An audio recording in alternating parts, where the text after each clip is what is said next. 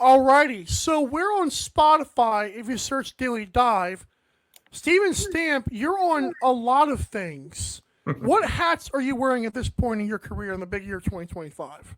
I guess the key things. I mean, I'm still the editor at IL Indoor, which Cool. is my main gig. I do Right. quite a bit of announcing. I was at the World Championships in September in Utica. Lax and Ooh. I back down there.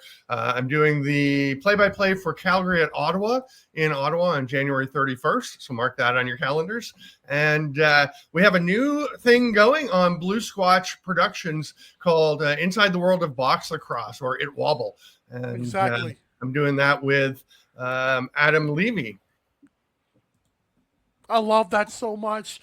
Yeah, and I heard you guys had your first live episode fairly recently, right?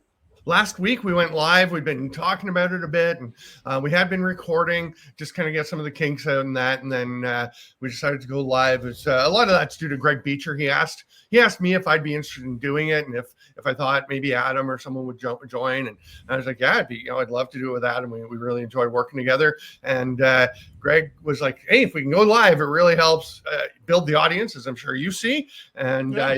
get engagement, right? And so it was pretty fun. And I'll tell you, I have to give you credit for going on 5 days a week.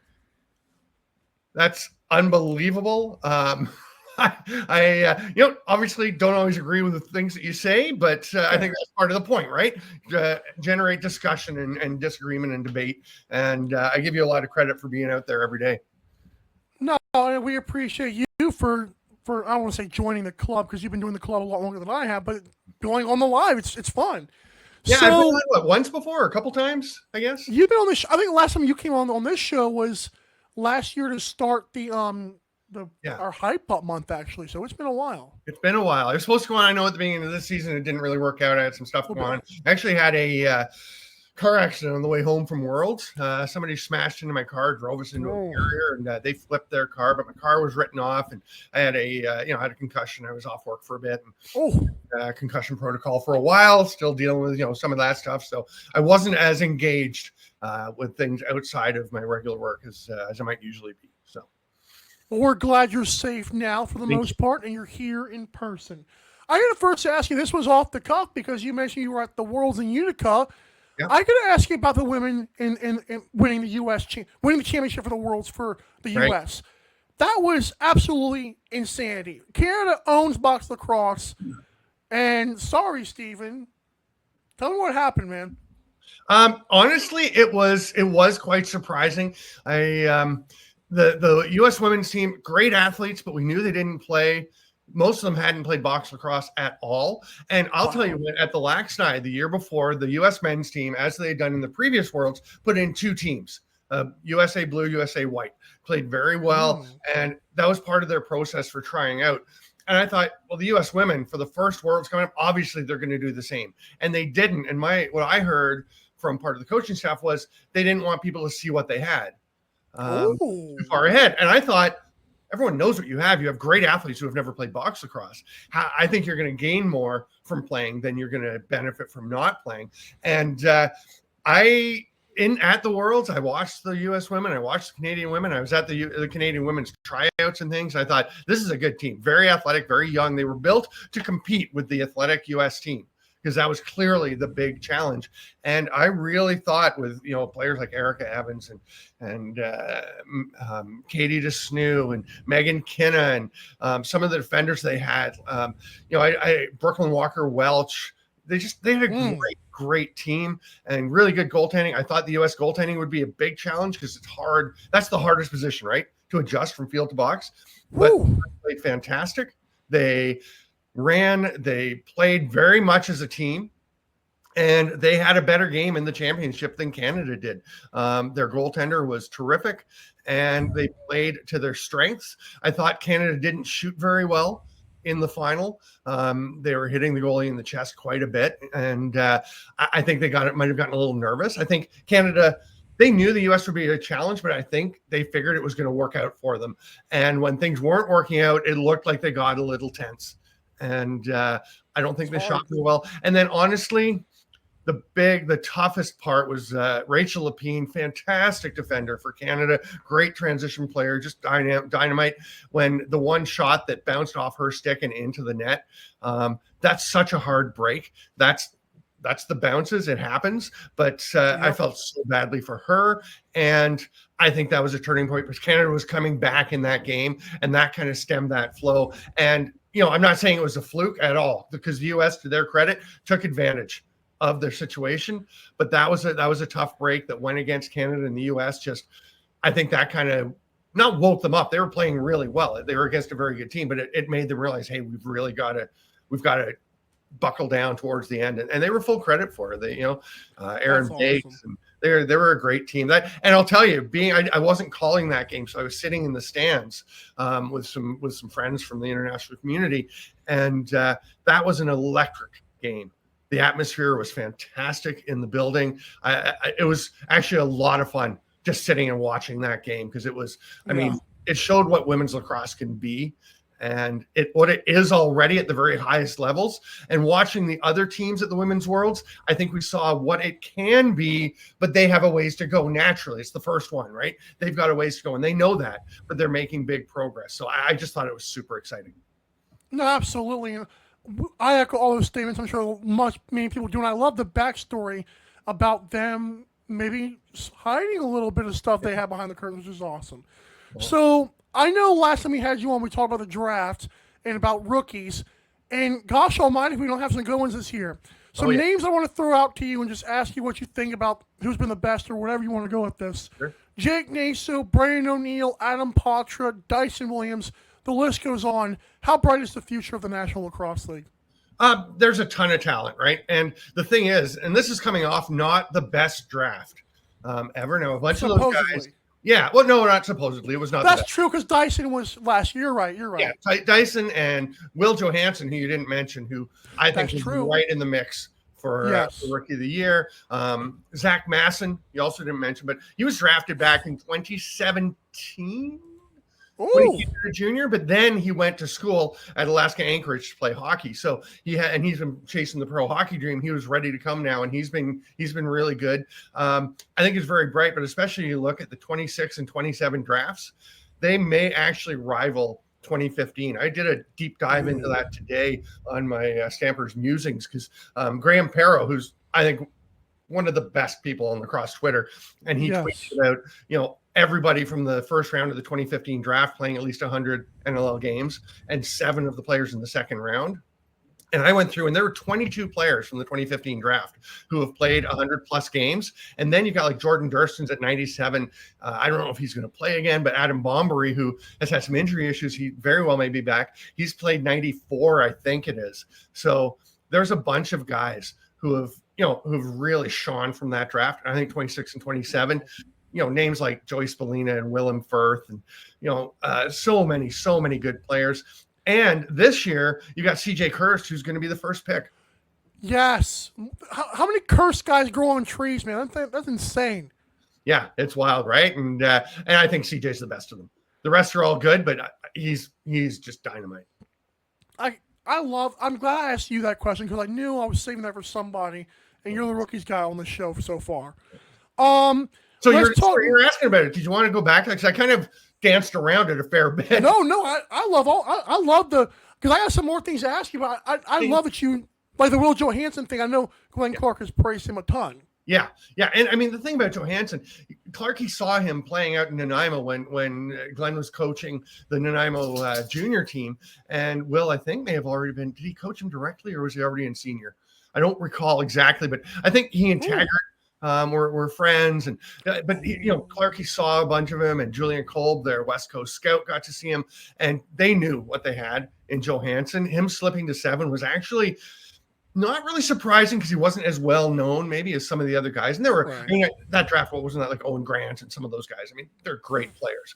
But Johansson is, I couldn't believe watching him in the NLL, how fast he is coming off an ACL surgery, and at his size. It's unbelievable. He's an amazing player.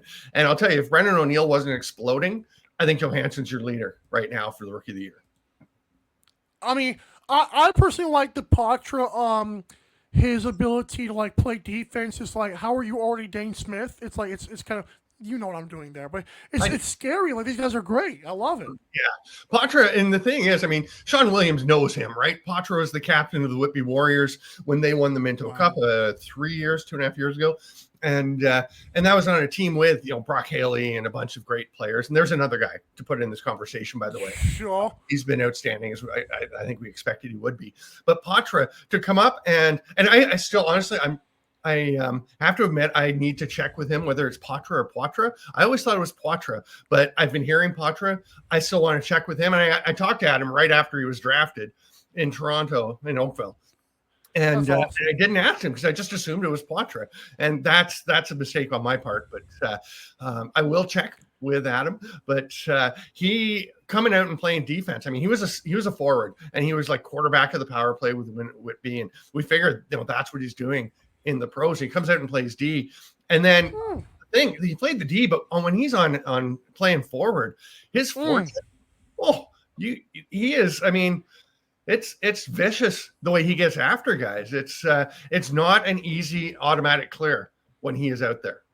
I love that so much, and I'm going to leave the rookies be for now because I do want to ask you about a team that's really disappointed me. Is like, and I don't know where to go with this because Albany is 1-4. Mm-hmm. And Albany, for me, is like, I love their leading games, but then it's like, I also like, they're blowing it. And I know Callum Crawford came in and they ended up losing to Vegas. What is your take on Albany? Are you still buying in from last year? Or are we seeing a sophomore slump? It's a really good question and a really interesting topic. And I actually wrote in my 5 things we learned this week that, maybe it's time to worry a bit in Albany, but they're 1-4. They are a +4 in goal differential. That's crazy. Look at the standings, right? And you see all the teams around them. Actually, you pull it up, and the teams around them in the standings: -19, -22, -3. Oh, I see that. Yeah. That is not normal to be 1-4 when you're a +4. They've lost 3 overtime games. That tends to turn around. Teams don't tend to keep losing in overtime. I think Albany's going to be fine long term. I think they're going to be great long term. In terms of the season, it's 1-4 does make it tough to get in the playoffs. You have to go very well, right? So I think it's going to be a challenge, but I still see them as a playoff team. I can imagine them being like one of those teams that sneaks in at number 7 or 8 and nobody wants to play because they're playing so well. I think the thing is, I think Doug Jamieson has to turn it around. He hasn't been great, right? He's had some great in the fourth quarter for sure, yeah. Yeah, he hasn't been quite himself. He'll get better. The defense has had breakdowns that you don't expect from them. I think Nick Tchaikovsky being out for a bit really was disruptive, and having to battle through some injuries. People don't get how good Nick Tchaikovsky is.